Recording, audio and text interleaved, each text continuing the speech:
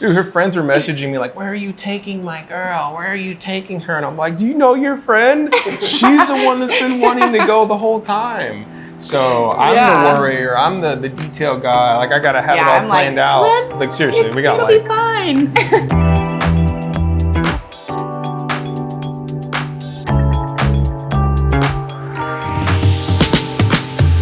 My name is Richard. I'm from Houston, Texas. Recently moved to Puerto Vallarta, Mexico with my girlfriend Cheyenne. Hello.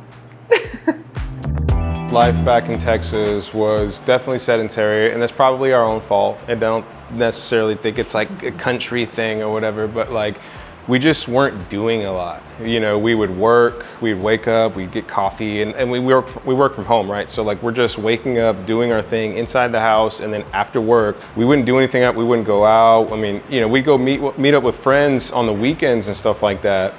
And you know, that was fun on occasion, but it's just like, don't want to just like party all the time, right? We don't want to like go out and do that kind of stuff all the time.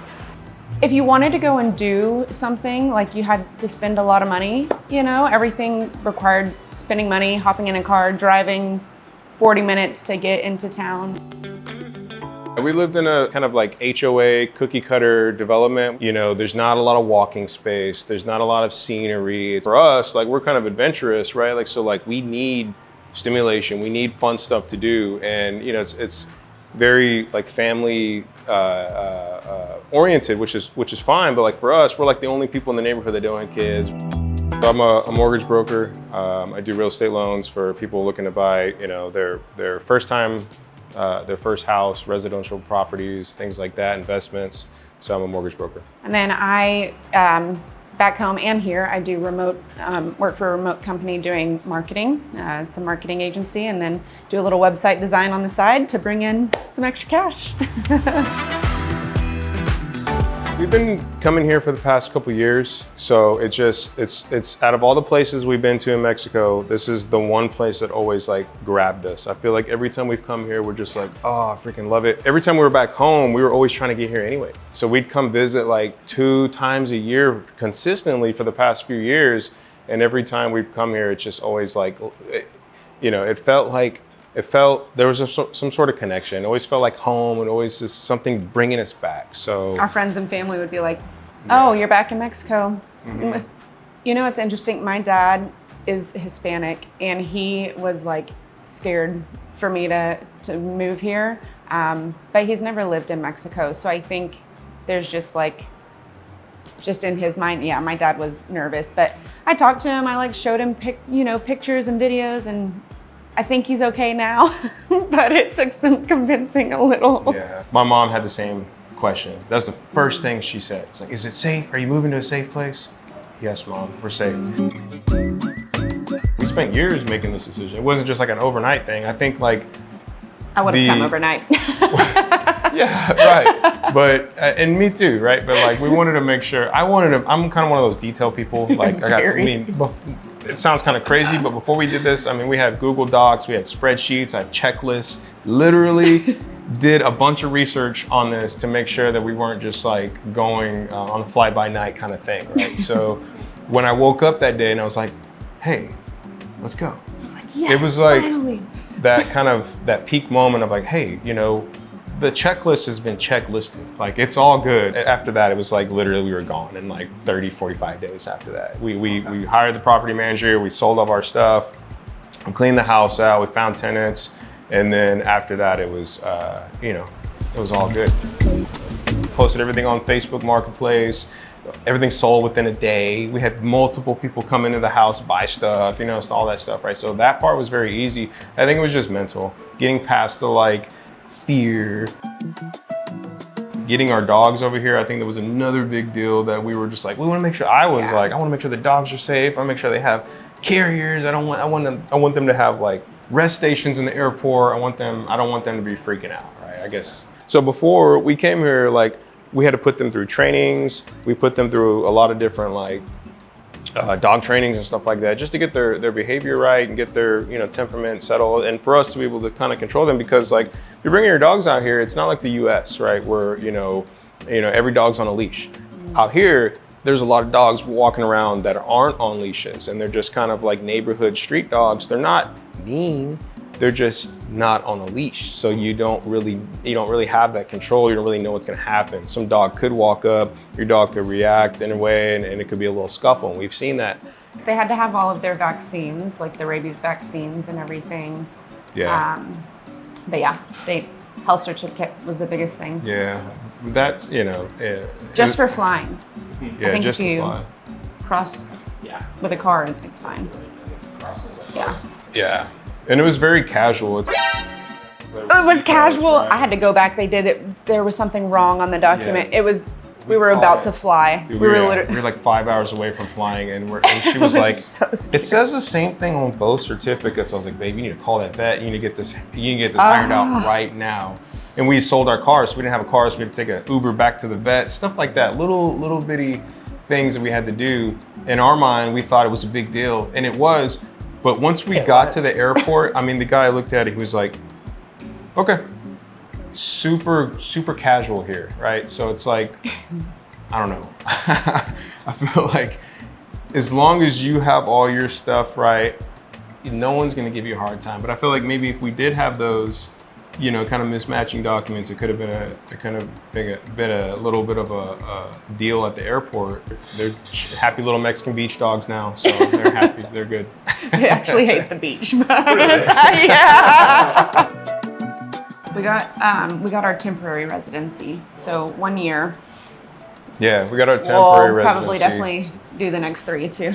We did that on purpose because we wanted to, one, have peace of mind, but then also I think it's a respectful thing too, right? Like if you're here and you tell people that you have your temporary residency and you went through all the process to get that, I think the locals, accept that very well. Like they are like, oh, every time we've told people that we got our temporary visa and we went through that whole process, locals are like, oh, okay, like bienvenidos, like welcome. It's not like, I think we could have gone the tourist visa route and just done our 6 months, just coming in 6 months and then kind of bounce back and forth. But that's like a lot of extra steps that you have to take. And for me, I'd always be thinking about it, counting down. So we went through the extra steps to get our temporary residency. It was very easy.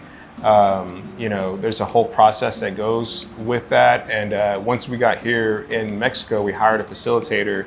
Things work differently, and we figured it'd be worth it to kind of pay somebody to do that service for us, because they're going to know all the people, they're going to have all the connections. This is what they do professionally. And she just happened to be an attorney also, so just kind of like expedited the entire process. Once we got here, I had to sign 5 papers, right? I signed 5 documents on the hood of a car in front of an OXXO, right? And that was what I paid for, basically. So we came to this neighborhood. We did look a couple of different places. We had considered Zona Romantica. We like the walkability there, but it is very touristy. We had looked in Cinco, and then Versailles was another one, but we ended up in Lazaro Cardenas because the local feel. Like I really do like the local feel of it. It is cheaper, and then we're very close to the stadium so that our dogs can go out. That was an adjustment. We did stay the first month in an Airbnb in Zona Romantica while we were touring places. And that was like a huge adjustment for the dogs because there's no green space there, so they're like, oh my God, I have to like poop on concrete. They couldn't understand it. So we were like, we need to find a place with green space. So yeah, I think just the local feel, the price point's good. We're close enough to like everything. We can still walk, and then we have the green space for the dogs so they can go out and we can throw the ball with them and they can play. And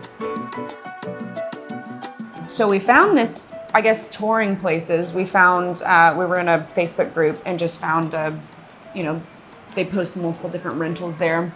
So we toured. This was actually the very first apartment that we looked at. And I fell in love with it because the patio, we have plants everywhere, and then there's an upstairs terrace where you've got both the mountain view and you've got the beach view. A little bit of beach view, but it's still there. And then we met the owner, and he's a local man. His mom lives downstairs, and so it just felt very welcoming. We met the mom like the first day, and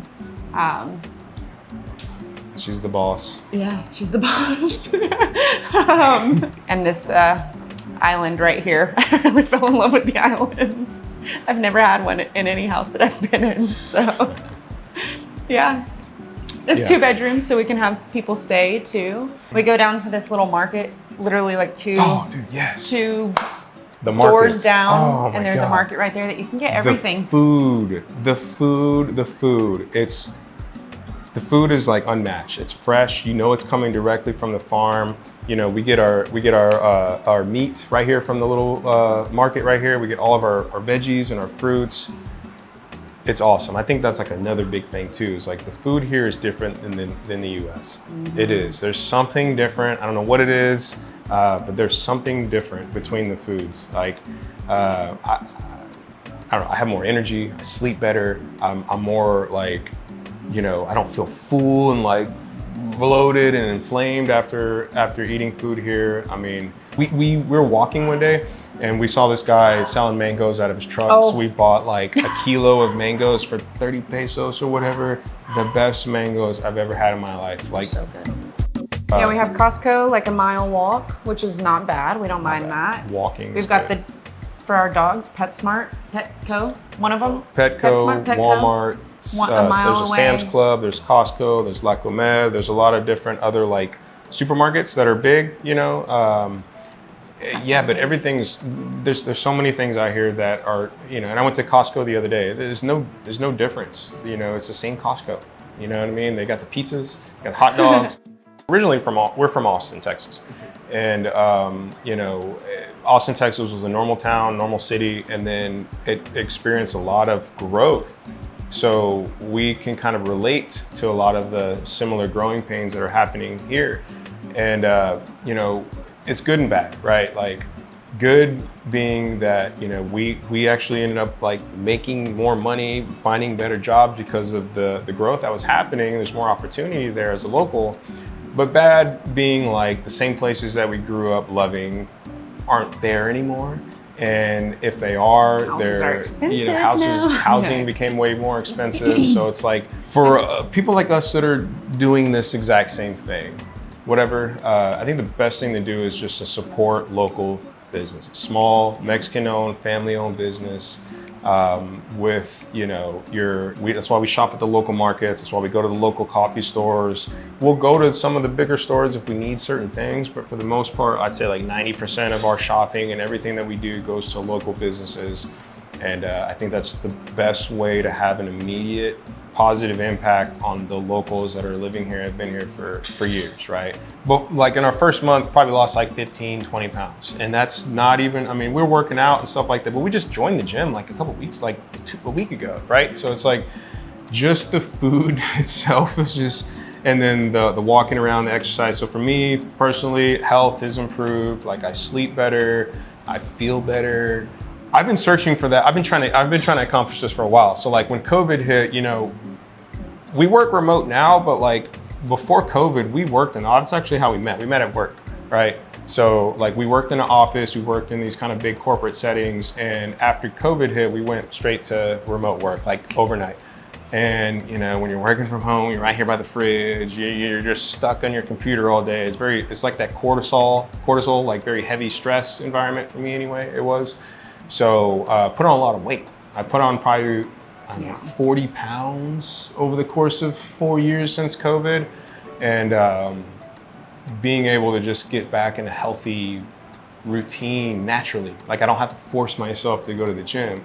You know, it's like, all right, done some work. I'm gonna go, I got an hour and a half. I'm gonna go to the gym real quick. Or I'm gonna go for a run. I'm gonna go for a walk. Or if we need to go somewhere, we need to go walk to the store to get stuff. So I'd say health, huge impact. Same, honestly. Like I have probably lost like maybe 5 pounds. But because we don't have a car here, we literally walk everywhere. And it's actually like fun to walk everywhere because there's always so much going on. So you're just sightseeing too. But yeah, I'd say mental too, like is just truly, I do think the food honestly is a huge difference too. Maybe because we're more active too. Like we're not eating as much. I feel like that was sometimes like the fun back home is like ordering some pizza and watch a movie, and yeah, that was like what we did. Like, I know we have our temporary residency, we can have access to the healthcare stuff, and we'll probably will explore that at some point. But like, from what we hear, you know, it's a lot less, and you don't really need like the insurance like you do back in the States, right? You can go in and book an appointment or go see a doctor or whatever and pay significantly less than what you would pay in the States for similar service that as, you know, just as good. But as far as like our experience, like we haven't really had to go to the doctor or anything like that yet. No, we've only been here like a month and a half. It's different. Like, you know, I think back in the States, like with the insurance, or excuse me, like healthcare and stuff, like the insurance or whatever, like you have to go find a in-network provider and do all this stuff, right? And here it's like you can literally just walk in and say, hey, I need this, you know, or whatever, right? Like you can, it's like walk-ins are welcome. All right, quick update. Our first 30 days of living in Mexico has been an absolute dream. So I've had social media for years, and you know, back in the MySpace days and all that, and I've never had much of a following. I always just kind of post, you know, whatever we're doing, you know. But I'd say posting the videos that I've posted lately, I've just had a really big response from people, from the world, right? Some of the videos that I've had posted have gotten like millions of views. They really have, between like Facebook, Instagram, and TikTok. I've gotten a lot of comments. I've gotten a lot of messages, and it's just kind of blown up, man. It's really kind of cool, but I think it's just like, it's the right timing. You know, there's a lot of stuff going on in the world, and it's very taboo what we're doing. It's like a lot of people are like, oh, wait a minute, the tables have turned. People are moving from the US to Mexico now. Well, you know, yeah, all this crazy stuff, right? So I think it's just like, it's just a very sensitive topic. It's an interesting topic, it really is. I think a lot of people now in the States are kind of considering options. There's a lot of emphasis on like, you know, getting a second passport, right? And there's nothing, and that's been around for years, right? You know, you can always get a second passport or you know, go move to another country, but I think there's just a lot of emphasis on it now, a lot of interest in it, and it's just kind of like trending. So I think me posting these videos, I was not expecting anybody to view any of these stuff. Like, I was just, my 200, 300 friends that I've known since high school, whatever, would see my videos and be like, hey man, good job, right? And cool, you know, go to Mexico, right? But like, now that like I have an audience, right? As people are paying attention to what we're doing now, I feel like I have like a responsibility to just like inform and educate people. Like, I want to be helpful, you know, like I don't want to just post videos of us at the beach, you know, just kind of hanging out, kind of like showing off or bragging or anything like that. I want to actually help people now that I know that there's a big want and demand for that kind of stuff. And it's cool to know that there's other people. I thought we were kind of crazy. I was like, oh, people are gonna think we're crazy, we did this, you know, but it's not. There's a lot of people that want to do it. And I'm gonna continue to just post videos and just talk about our experience, man. It's fun. But yeah, it just kind of happened overnight. It's weird. I've never. It literally did. Friends and family are messaging me like, dude, what the hell's going on, dude? Like, you're like a person now, you know? Like, I'm like, man, I'm just posting my videos, and I'm over here on the roof, just in my tank top, hanging out, just sweating, just like, hey, you know, we moved to Mexico, it's been great, you know, just kind of telling the story. It's raw, it's real, it's authentic. I have nothing to hide. I'm not trying to be anybody. I'm just trying to help people, right? So I think with the extra attention, it's kind of made me realize like, hey, there's something here, and I want to help people. So, because it's been a good, positive, big impact for us. Like, you know, I think that, you know, other people could experience the same thing. It was literally like 2 weeks ago, maybe 3 weeks ago or something. He just looks over and he's like, holy cow. He's just like, he had like 300 followers or something, and then it literally went up to like 10,000 within like a day. Yeah, we're really looking forward to going more places in Mexico. We're still trying to figure out the logistics of not having a car and having 2 dogs that we need to travel with. But yeah, definitely looking to just explore other places in Mexico and learn the language. You know, do what we did. I mean, take a couple of trips in between, stay for a while, you know, don't just come for a weekend, and don't go to resorts. Like, stay in a place that's, you know, like, give yourself this kind of mini I'm living here experience, right? Like, stay in an Airbnb or somewhere where you're in the neighborhood, where you get to go talk to people and meet people, where it's like, you're not really on vacation, you kind of live here, right? And I would say do that in several places that you're interested in. Do some research on like things like healthcare, safety, cost of living, all that, right? There's a lot of good websites. There's a lot of different, we got so much good information from YouTube channels and content creators and all that stuff that actually absolutely helped us make this decision easier. So I would say do some research, do a couple test trips, and then don't do the vacation experience. Don't stay at the resorts, stay at local places, Airbnbs, and then get a feel if it's really what you want to do. And then also, once you're back home, you know, look at your finances, look at like the logistics of the transition, and then talk to some other people that have made the move. Like, feel free, you know, shoot me a message, you know, I'll help out as much as possible. But then also maybe talk to some like immigration facilitators, like, you know, if you're wanting to buy property or something like that, like talk to some people that can give you some additional insights. But I'd say like, definitely come visit in person, because it's different, you know, when you're looking at everything online. It's good to get that information, but once you're here, you get that real feel for stuff, right? Like, you can actually really kind of get that vibe if it's what you want to do. So that would be what I'd recommend also. Thank you for watching today's video, and a special thanks to Cheyenne and Richard. And you can follow along with their journey.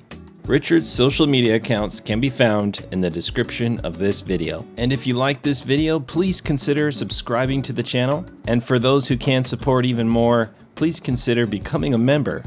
Remember, all of our members are entered into a draw to win 5 nights at one of our vacation rentals here in Bucerías. This month, we're going to give away 5 nights at Casa de los Soñadores here in Bucerías.